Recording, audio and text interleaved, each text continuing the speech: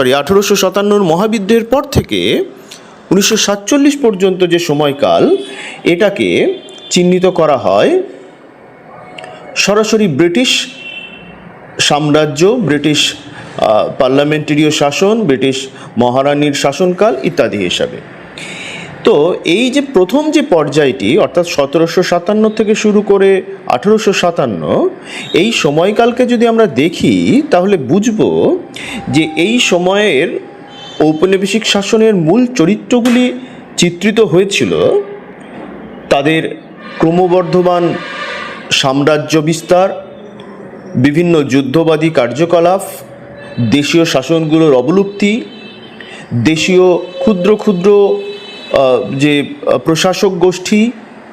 সেগুলোকে অবলুপ্তি করা, দেশীয় চিরাচরিত যে ভূমি ব্যবস্থা সেগুলির রূপান্তর করে তারা তাদের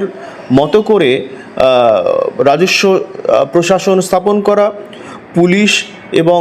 আইসিএস ব্যবস্থা, মিলিটারি ব্যবস্থা তাদের মতো করে তৈরি করা, এবং তার সঙ্গে সঙ্গে বিভিন্ন খ্রিস্টীয় মিশনারির মধ্য দিয়ে ঔপনিবেশিক এবং খ্রিস্টীয় ভাবাদর্শ প্রচার করা।